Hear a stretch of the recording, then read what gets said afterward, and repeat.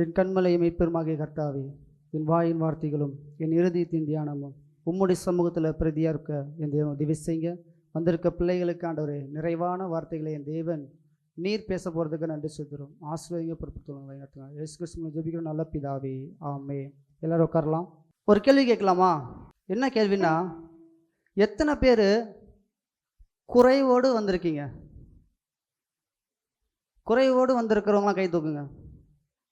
இல்லை, கை மட்டும் தூக்குங்க. நான் குறைவோடு வந்திருக்கிறேன். சரி, எத்தனை பேருக்குள்ளார கிறிஸ்து இருக்கிறாரு? அப்புறம் எல்லாத்துக்குமே கை தூக்குறீங்க. குறைவு இருக்குன்னு சொல்கிறீங்க, கிறிஸ்து இருக்காருன்னு சொல்கிறீங்க. நீங்கள் முடிச்சுட்டு போகிறதுக்குள்ளார அந்த குறைவு எல்லாமே என்ன மாறப்போகுது? நிறைவாக மாறப்போகுது. எத்தனை பேர் நம்புறீங்க? எத்தனை பேர் நம்புறீங்க? ஹல்லேலூயா. 1 கொரிந்தியர் 13ஆம் அதிகாரம் 10ஆம் வசனம் வாசிக்க கேட்கலாம். நிறைவானது வரும்போது குறைவானது ஒழிந்து போம். ஹல்லேலூயா. இந்த வசனம் இதுக்கு முன்னாடி யாராவது படிச்சிருக்கீங்களா? நிறைய பேர் படிச்சிருப்பீங்க, விசுவாசிக்கிறேன், நம்புகிறேன். இந்த அதிகாரம் ஃபுல்லாக நம்ம படிக்கும்போது ஒரு அன்பை பற்றி சொல்லப்பட்டிருக்கும். அது இன்னும் ஆழமாக தியானிக்கும் போது கிறிஸ்துவோட வருகையை பற்றி சொல்லப்பட்டிருக்கும். ஹல்லேலூயா. இது என்னங்க நிறைவு குறைவு அப்படின்னு ஏதாவது கேள்வி இருக்கா யாருக்காச்சும்? குறைவு அப்படின்னா என்னன்னு சொல்லலாம்.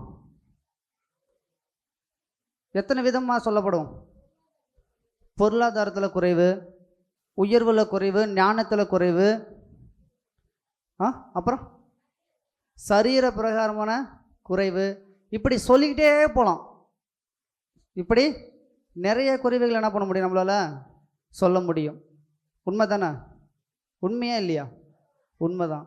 ஆனால் வசனம் சொல்லப்பட்டிருக்கு, நிறைவானது வரும்போது குறைவானதெல்லாம் என்ன ஆகுமா? ஒழிந்து போகும்னு சொல்லப்பட்டிருக்கு. அப்படி என்னென்னலாம் ஆயிருக்குன்னு பார்க்கலாமா? என்னென்னலாம் ஒழிந்து போயிருக்குது அப்படிங்கிறத வேதத்தின் சொல்லப்பட்டிருக்க வசனங்கள் மூலியமாக நம்ம என்ன பண்ண போகிறோம்? தெரிஞ்சுக்க போகிறோம். யோவான் எழுதின சுவிசேஷம் 2ஆம் அதிகாரம் 3ஆம் வசனம் ஒருத்தவங்க வாசிங்க.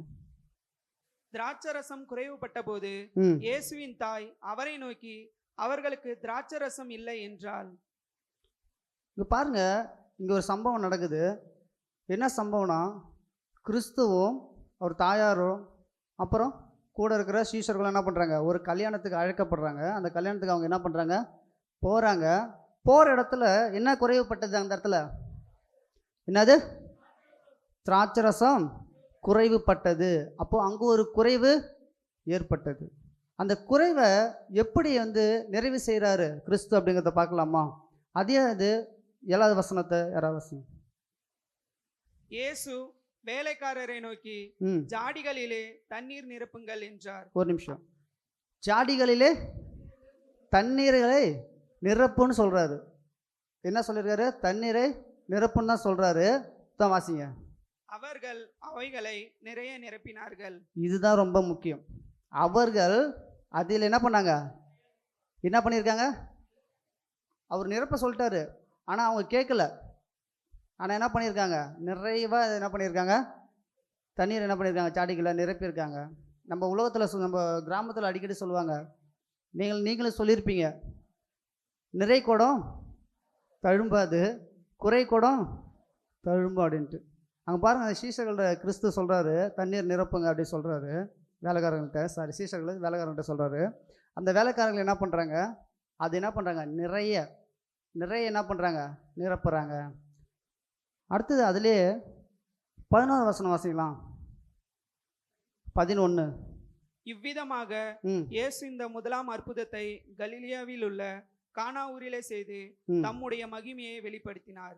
ஹல்லேலூயா, ஹல்லேலூயா. மகிமையை வெளிப்படுத்தினார். அடுத்தது, அவருடைய சீஷர்கள் அவரிடத்தில் விசுவாசம் வைத்தார்கள். பாருங்க, கூட இருக்கிறவங்க எப்போ விசுவாசம் வைத்திருக்காங்க? அந்த அற்புதத்தை பார்த்ததுக்கு அப்புறம் என்ன பண்ணியிருக்காங்க? விசுவாசத்தை வைத்திருக்கிறாங்க. இன்னைக்கு நீங்கள் இருக்கிற இடத்துல, உங்கள் குடும்பத்தில், உங்கள் குடும்ப காரியங்களில் எதாவது குறைவாக இருக்குதா? இருக்கு. ஆனால் கிறிஸ்து உங்களோட கூட இருந்தால் அது குறைவாக இருக்குமா? அப்போ கிறிஸ்து உங்கள்கிட்ட இருக்காரா இல்லையா? இருக்காரா? அப்போ இனிமேல் குறைவாக இருக்குமா? சொல்லுங்க. அப்போ அந்த குறைவு என்ன பண்ணப்பட்டுச்சு? அங்கே நிறைவாக்கப்பட்டுச்சு. அது மட்டும் இல்லாமல் கூட இருந்த சீஷர்கள் என்ன பண்ணாங்க? அவர் மேலே விசுவாசம் வைத்தார்கள்னு சொல்லப்பட்டிருக்கு. அப்போ நீங்களும் தேவன் மேலே விசுவாசமாக இருக்கீங்களா? விசுவாசமாக இருக்கீங்களா? தொடர்ந்து மார்க் எழுதின சுவிசேஷம் 8ஆம் அதிகாரம் 1வது வசனத்தை வாசிக்கலாம். அந்த நாட்களிலே திரளான ஜனங்கள் கூடி வந்திருக்கையில் அவர்கள் சாப்பிடுகிறதற்கு ஒன்றுமில்லாத போது இயேசு தம்முடைய சீஷரை அழைத்து. ஹல்லேலூயா. கவனிங்க, இந்த இடத்துல ஒரு சம்பவம் நடக்குது. திரளான ஜனங்கள் எதுக்கு வருவாங்க? இப்போ நீங்களாம் எதுக்கு வந்திருக்கீங்க? சத்தமா ஆண்டவருடைய வார்த்தையை கேட்கவும் தேவனை ஆராதிக்கவும் வந்திருக்கீங்க. அதே போல் ஒரு திரளான ஜனங்கள் கிறிஸ்துவுக்கு பின்னாக என்ன பண்ணுறாங்க? வார்த்தையை கேட்கும்படியாக போயிருக்காங்க. போகிற இடத்துல அவங்களுக்கு என்ன இல்லை? தெரிஞ்சுக்கலாமா என்ன இல்லைன்னு? 2வது வசனத்தை வாசிங்க. ஜனங்களுக்காக பரிதபிக்கிறேன். இவர்கள் இப்பொழுது என்னிடத்தில் தங்கியிருந்த 3 நாளாய் சாப்பிட ஒன்றுமில்லாதிருக்கிறார்கள். சாப்பிட ஒன்றும் இல்லாமல் இருக்கிறாங்க. அதுக்கு முன்னாடி வாசிக்கும் போது பார்த்தீங்களா? பரிதபிக்கிறார். இன்னைக்கு உங்களை நம்பி வந்தவங்களை நீங்கள் கைவிட்டுருவீங்களா? உங்களை நம்பி இருக்கிற உங்கள் பிள்ளைகளை கைவிட்டுருவீங்களா? உங்களை நம்பி வந்திருக்கிற உங்களுடைய மனைவியை கைவிட்டுருவீங்களா? ஐயாமார்களே இங்கே கவனிங்க. உங்களை நம்பி வந்திருக்கிற உங்கள் மனைவியை கைவிட்டுருவீங்களா? விடமாட்டீங்க. நீங்கள் சொல்லுங்கள் தாய்மார்களே, உங்களை நம்பி இருக்கிற உங்கள் பிள்ளைகள் கணவர்களை கைவிட்டுருவீங்களா? கைவிட மாட்டிங்களா? பிடிச்சிக்கிட்டே போவீங்க இல்லையா? அதே போல் தான் அங்கே தேவன் பரிதபிக்கிறார். தன்னை நம்பி வந்த ஜனங்களை சாப்பிடனா இல்லை ஒன்றுமே இல்லாமல் இருக்கிறாங்க அப்படி சொல்லிட்டு. உடனே அந்த இடத்துல ஒரு நடக்குது ஒன்று பாருங்கள். தொடர்ந்து வாசிக்கலாம். 5வது வசனம். அதற்கு அவர், உங்களிடத்தில் எத்தனை அப்பங்கள் உண்டு என்று கேட்டார். அவர்கள் 7 அப்பங்கள் உண்டு என்றார்கள். இந்த 7ங்கிறது என்னதுங்க? வெறும் நம்பரா? 7ங்கிறது என்னது? நிறைவு. அதை விட அது இன்னும் சொல்லணும்னா அது என்னது? பரிபூரணம். அது என்னது? பரிபூரணம். வாரத்திற்கு எத்தனை நாட்கள்? 7 நாட்கள். அப்போது பாருங்கள், ஒரு பரிபூரணத்தை என்ன பண்ணுறாரு இந்த இடத்துல இருக்குது. அப்போ அந்த 7 அப்பத்தை வச்சு என்ன பண்ணார்னா அங்கே பரிபூரணமான ஒரு அற்புதத்தை தேவன் செய்தார். பரிபூரணமான அற்புதத்தை தேவன் என்ன பண்ணார்? செய்தார். அது மட்டும் இல்லாமல் அங்கே வந்து பார்த்திங்கன்னா சில சிறு மீன்கள் என்ன பண்ணுது? இருந்துச்சுன்னு சொல்லப்பட்டிருக்கு வேதத்தில். சில சிறு மீன்களும் இருந்துச்சு. 7வது வசனத்தை வாசிக்கலாம். சில சிறு மீன்களும் அவரிடத்தில் இருந்தது. அவர் அவைகளையும் ஆசீர்வதித்து அவர்களுக்கு பரிமாறும்படி சொன்னார். பாருங்க, 7 அப்பம், சில சிறு மீன்கள்.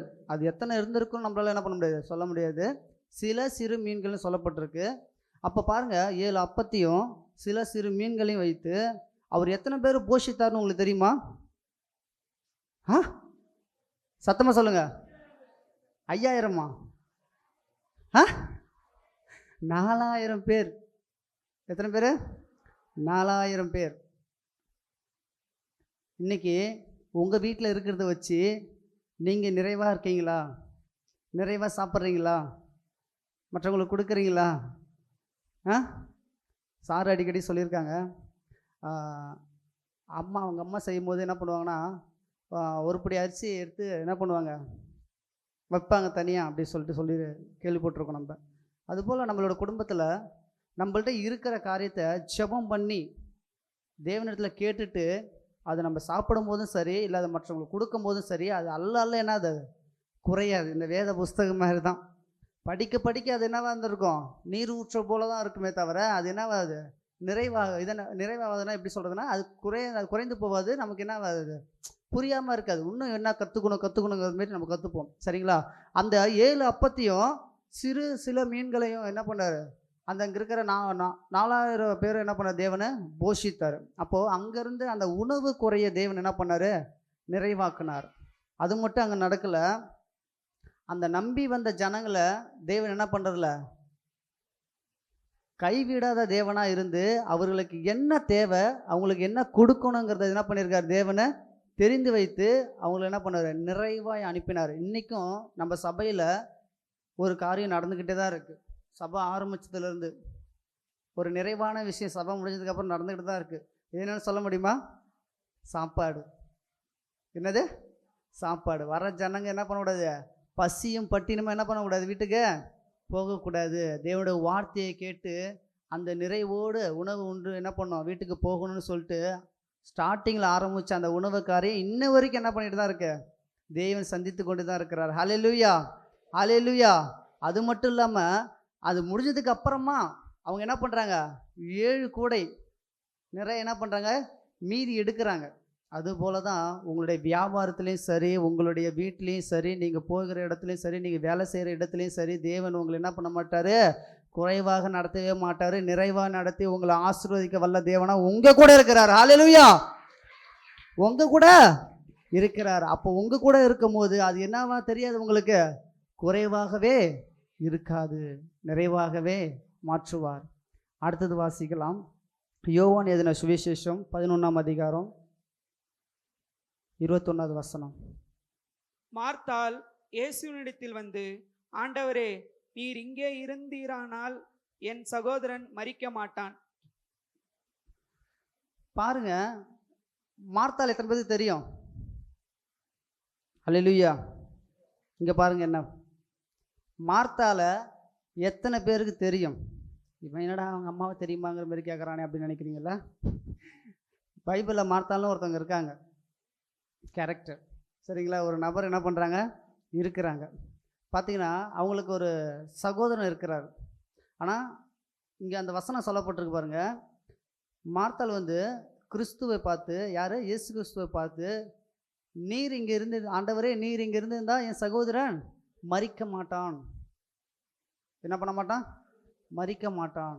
இந்த வார்த்தை ரொம்ப எவ்வளோ எமோஷ்னலாக சொல்லியிருப்பாங்க, எவ்வளோ மன அழுத்தத்தோடு சொல்லியிருப்பாங்க. புரியுதா நான் சொல்கிறது உங்களுக்கு? அப்போ அந்த மனக்குறைவு, நீங்கள் இங்கே இருந்திருந்தீங்கன்னா என் சகோதரன் என்ன பண்ணியிருக்க மாட்டான், மரிக்க மாட்டான். அதே போல தான் கிறிஸ்துவ பிள்ளைங்க, நீங்கள் ஒரு இடத்துல இல்லைன்னா உங்களுடைய விசுவாச பிள்ளைகளும் சரி, இல்லை இங்கே இருக்கிற ஒவ்வொரு விசுவாச பிள்ளைகளும் நீங்கள் வந்து ஆண்டவர் பற்றி தெரிஞ்ச பிள்ளைங்க, ஆண்டவர் பற்றி தெரியாத இடத்துல நீங்கள் போய் இருக்கீங்க அப்படின்னும் போது உங்களை பார்த்து சிலர் என்ன பண்ணுவாங்க, இப்படியும் கேட்பாங்க, பிரதர் நீங்கள் ஏன் வரல, சிஸ்டர் நீங்கள் ஏன் வரல ஜெபம் பண்ண அப்படி சொல்லி கேட்பாங்க. அந்த மனக்குறைவு, அது என்னது, மனக்குறைவு. அந்த மனக்குறைவை தேவன் எப்படி சரி செய்கிறான்னு பார்க்கலாமா? 36வது வசனம் வாசிங்க. அப்பொழுது யூதர்கள், இதோ இவர் அவனை எவ்வளவாய் சிநேகித்தார் என்றார்கள். இந்த வசனத்தை ஒரு தடவைக்கு பல வாட்டி நம்ம படிச்சிருப்போம் இல்லையா? ஆனால் அந்த வார்த்தை பாருங்க, யூத ஜனங்க அவர் என்ன பண்ணவே இல்லை, ஏற்றுக்கொள்ளவே இல்லை. உண்மைதானே? அவர் யாருக்காக வந்தாரோ அவங்கள என்ன பண்ணல, அவர் ஏற்றுக்கொள்ளவில்லை. ஆனால் இங்கே இருக்கிற யூதர்கள் என்ன பண்ணுறாங்க, இவர் அவனை எவ்வளவாய் சிநேகித்தார் அப்படின்னு சொல்லி சொல்கிறாங்க. இது எப்படி இருக்குது சொல்லுங்க பார்ப்போம். கிண்டல் அடிக்கிற மாதிரி இல்லை. லாசருங்கிற ஒரு மனுஷன் என்ன ஆகிட்டாரு, மார்த்தாளுடைய சகோதரன் மரிச்சிட்டாரு. மரித்து அவரை போய் என்ன பண்ணிட்டாங்க, கல்லறையில் வச்சுட்டாங்க. வச்சதுக்கு அப்புறமா கிறிஸ்து 3 நாள் கழிச்சு வராரு. வரும்போது மார்த்தாள் வந்து என்ன பண்ணுறாங்க, ஆண்டவரே நீங்கள் இருந்திருந்தானா என் சகோதரன் மரிச்சிருக்க மாட்டான் அப்படின்னு சொல்லி சொல்கிறாங்க. அதுக்கப்புறமா அங்கே இருக்க யூத ஜனங்க என்ன பண்ணுறாங்க, அவர் என்ன பண்ணுறாரு, அதை கேட்டுட்டு வருத்தத்தோடு கண்ணீர் விட்டார்னு சொல்லிட்டு வசனம் சொல்லப்பட்டிருக்கு. அதுக்கப்புறமா என்ன சொல்லப்படுது, யூத ஜனங்க என்ன பண்ணுறாங்க, இவர் அவனை எவ்வளவா இருக்கும், அவங்க எப்படி பார்த்துருந்தா இந்த வார்த்தையை சொல்லியிருப்பாங்க யூத ஜனங்க. இன்றைக்கி உங்களையும் அப்படி தான் சொல்கிறாங்க சிலர்லாம், நம்மளையும் சேர்த்து தான் சொல்கிறேன். அப்படி தான் என்ன பண்ணுறாங்க, சொல்கிறாங்க, இவன் எவ்வளவா தேவனுக்கு ஊழியம் செய்தான், இவன் எவ்வளவா கோயிலுக்கு போயிட்டு இருந்தான், இவன் எவ்வளவா ஜெபம் பண்ணிகிட்டு இருந்தான், ஐயோய்யா இவன் பண்ண ஜெபம் இருக்குது, ஐயோய்யா இவன் ஊழியம் ஓடுறது இருக்குது. அப்போ அந்த அன்பு, அந்த லவ் அப்போ அந்த ஜனங்க லாசருவையும் கிறிஸ்துவையும் எப்படி பார்த்துருந்தா அந்த வார்த்தையை சொல்லியிருப்பாங்க? இவ்வளவாய் எவ்வளவாய் என்ன பண்ணாங்க? சிநேகித்தான் அப்படின்ட்டு. உடனே அந்த இடத்துல தேவன் ஒரு அற்புதம் செய்கிறார். 43வது வசனத்தை வாசிங்க. இவைகளை சொன்ன பின்பு லாசருவே வெளியே வா என்று உரத்த சத்தமாய் கூப்பிட்டார். அல்லேலூயா, அல்லேலூயா. செத்துட்டான், நாரி போயிருக்குமேன்னு சொல்கிறாங்க. ஆனால் கிறிஸ்து என்ன பண்ணுறாரு? லாசருவே வெளியே வா. உடனே அவன் எழுந்து என்ன பண்ணான்? மரித்து போனவன் வெளியில் வந்தான். அவன் உடம்புல என்ன பண்ணப்பட்டிருக்கு? சேலியால் கட்டப்பட்டிருந்தது. அதெல்லாம் என்ன பண்ண கட்ட விழுக்கும்படியாக தேவன் என்ன பண்ணுறாரு இடத்துல சொன்னார். பாருங்கள், நம்மளும் சில நேரத்தில் சில இடங்களில் மனக்குறைவோடு சில வார்த்தைகளை நம்ம என்ன பண்ணுவோம்? பேசுகிறது உண்டு. மனக்குறைவோடு தேவனோடத்தில் வந்து நிற்கிறது உண்டு. ஆனால் தேவன் சொல்கிறார், நீ என்னை அந்த மார்த்தால பார்த்த தேவன் சொல்கிறார், நீ விசுவாசத்தில் தேவனுடைய மகிமையை காண்பாய் அப்படின்னு சொல்லப்பட்டது. அதே போல் இன்றைக்கும் நீங்கள் தேவி மேலே வைத்திருக்கிற அன்பு, அந்த விசுவாசம் எந்த அளவுக்கு அது உறுதியாக இருக்கோ அந்த அளவுக்கு தேவன் நம்மளுடைய எல்லா குறைவுகளும் என்ன பண்ணவராக இருக்கிறார்? நிறைவாக்க வல்ல தேவனாக இருக்கிறார். பாருங்கள், நம்ம 3 காரியங்கள் இன்றைக்கி என்ன பண்ணோம்? 3 காரியங்களை கற்றுக்கொண்டோம். முதல் காரியம் என்னது கற்றுக்கொண்டோம்? திராட்சரச குறைவாக ஏற்பட்டது, அதை தேவன் நிறைவாய் மாற்றினார். அது எது நிமித்தமாக அங்கே ஒரு நிறைவானது? அது மட்டும் இல்லாமல் விசுவாசம் அந்த இடத்துல என்ன பண்ணப்பட்டுச்சு? சீஷர்கள் விசுவாசம் வைத்தார்கள். அந்த விசுவாசமானது என்ன பண்ணப்பட்டுச்சு? சொல்லுங்கள், என்ன பண்ணப்பட்டுச்சு? திராட்சரசம் மட்டும் குறையல, அந்த சீஷர்களோட இருதயத்துலேயும் விசுவாசங்கிறது என்னாச்சு? நிறைவாக்கப்பட்டது. அதுக்கப்புறமா ஜனங்க அவரை பின்தொடர்ந்து போகிறாங்க. போயிட்டு திரும்பி அவர்களை அனுப்பும் போது அவங்க பசியாக போவாங்க, போகிற வழியில் சோர்ந்துருவாங்களேன்னு தேவன் அவங்களுக்காக பரிதபிச்சு நம்மளை நம்பி வந்தாங்க, நம்ம திரும்பி வெறுமையாக அனுப்பக்கூடாது அப்படிங்கிறதுனால அவங்களுக்கு என்ன பண்ணுறாரு? உணவுங்கிற காரியத்தை ஆயத்தப்படுத்தி அந்த உணவை மட்டும் என்ன பண்ணப்படல, அவர் நிறைவாக்கப்படல. அவங்களுக்கு மேலே வச்ச அந்த நம்பிக்கை அங்கே என்ன பண்ணப்பட்டுச்சு? நிறைவாக்கப்பட்டுச்சு. அதுக்கப்புறம் 3வது நம்ம கற்றுக்கொண்ட காரியம் என்னென்னு பார்த்தீங்கன்னா, ஒரு பெண் மன குறைவை வந்து தேவன்கிட்ட சொல்லும் போது அந்த இடத்துல தேவன் என்ன பண்ணுறாரு? அதை நிறைவு செய்கிறாரு. அந்த நிறைவில் கூட லாசருவை வந்து உயிரோட எழுப்புறதுல கூட ஒரு விஷயம் நடக்குதுன்னா அது என்னன்னா, அந்த யூத ஜனங்க சொன்ன வார்த்தை தான் பெருசு. எவ்வளவாய் சிநேகித்தார் அப்படின்ட்டு. இன்னைக்கு தேவன் அந்த அன்பு நம்ம மேலே வச்சிருக்கிறார். ஹல்லேலூயா, ஹல்லேலூயா. அது மட்டும் இல்லை, அதில் நம்ம சங்கீதத்தில் வாசித்தோம்னா பார்த்தீங்கன்னா, கர்த்தரை தேடுகிறவர்களுக்கு ஒரு நன்மையும் குறைபடாதுன்னு சொல்லப்பட்டிருக்கு. இன்னைக்கு நீங்கள் யாரை தேடி வந்திருக்கீங்க? கர்த்தரை தேடி வந்திருக்கீங்களா? பின்னாடி இருக்கிற அம்மா ஆயாலாம் யாரை தேடி வந்திருக்கீங்க?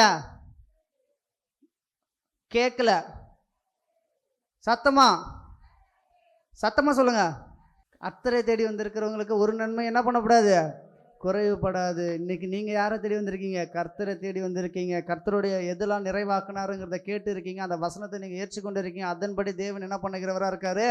நிறைவாக்க வல்ல தேவனாக இருக்கிறாரு. இது மட்டும் இல்லை, ஒரு வாரமாக இப்போ பார்த்தீங்கன்னா ஆபிரகாமை பற்றி கேட்டுட்டு இருக்கும்போது ஒரு வசனம், சூப்பரான வசனம் அக்கா எடுத்தாங்க.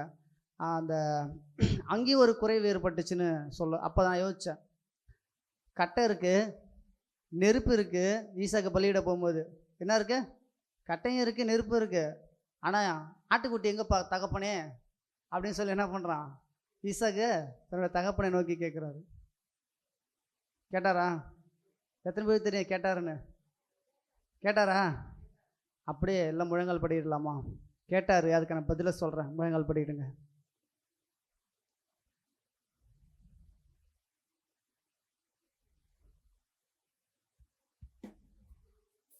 கண்களை மூடுங்க.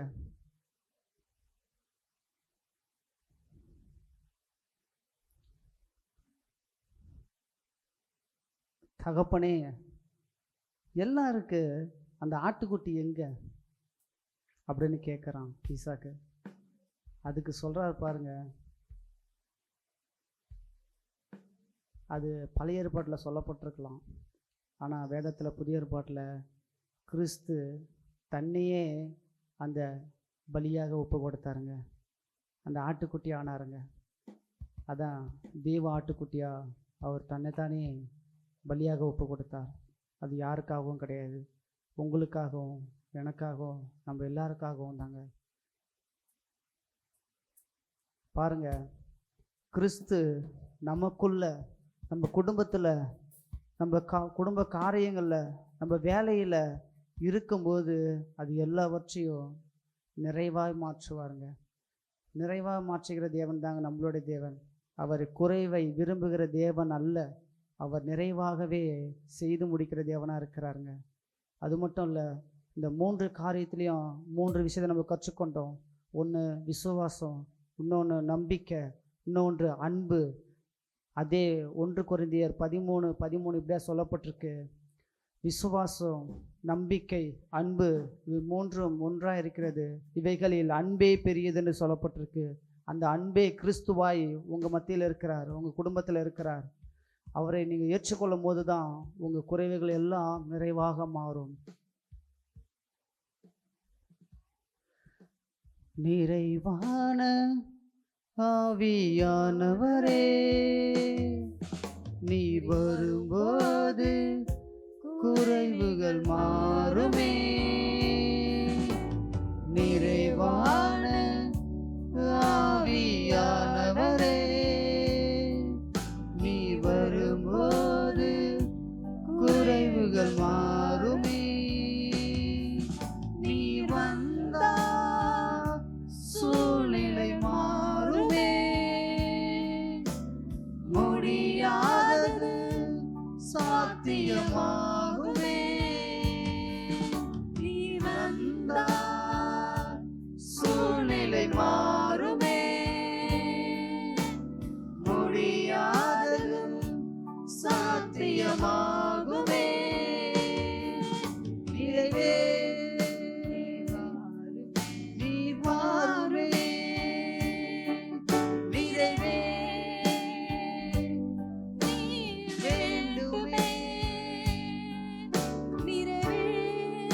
நிறைவானவர் வரும்போது உங்க குடும்பத்தில் இருக்கிற காரியங்கள், குறைவான காரியங்கள், உங்க சரீரத்தில் இருக்கிற குறைவான காரியங்கள் எல்லாவற்றையும் அவர் நிறைவாக மாற்றுகிற தேவனா இருக்கிறார். அவர் நிறைவாக நீங்க ஏற்றுக்கொள்ளும் போது, அவர் நிறைவானவராக உங்களுக்குள் வரும்போது, உங்க குடும்பத்துக்குள் வரும்போது, உங்களுடைய சரீரத்திற்குள் அவர் வரும்போது, உங்க எல்லா குறைவுகளையும் பொருளாதார குறைவுகளா, சரீர குறைவுகளா, சமாதான குறைவா, சந்தோஷ குறைவா, மன நிறைவு இல்லாம குறைவா இருக்கீங்களா, அது எல்லாவற்றையும் உங்க தேவனாகிய கர்த்தர் உங்களுக்குள் வரும்போது அது எல்லாவற்றையும் நிறைவாய் மாற்றுகிற தேவனா இருக்கிறார்.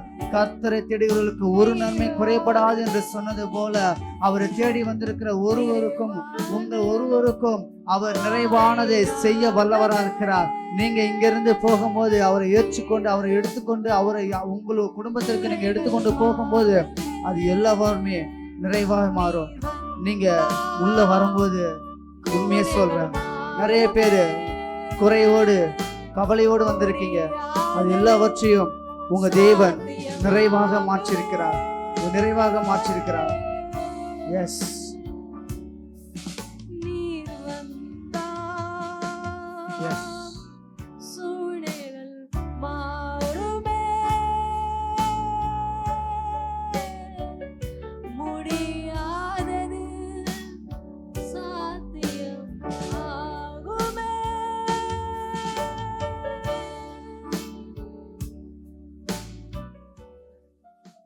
சிலர்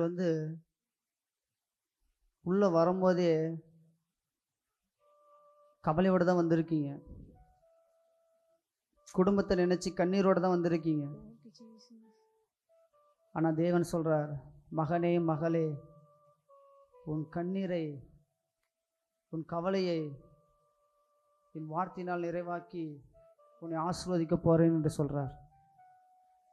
அதை விசுவாசிக்கிற ஒவ்வொரு பிள்ளைகளும் அது பெற்றுக்கொள்கிறவர்களாக இருக்கிறாங்க. உன் சரீரத்தில் வியாதியோடு இருக்கியா, தேவன் சொல்லுகிறார், உன்னை நான் குணமாக்குவேன், உன்னை நான் சுகமாக்குவேன், உன்னை நான் பலப்படுத்துவேன் அப்படின்னு சொல்லிட்டு என் தேவன் சொல்லுகிறார். அவர் ஆரோக்கியத்தை உண்டு பண்ணுகிற தேவன். அப்படியா, உங்க சரீரத்தில் இருக்கிற எல்லா பலவீனங்களையும் என் தெய்வம் மாற்ற வல்ல தேவனா இருக்கிறாருங்க. அதை விசுவாசிக்கிறவங்க, ஏற்றுக்கொள்கிறவங்க கரங்களை தட்டி தேவநாமத்தை மிகப்படுத்துவோமா? எஸ்.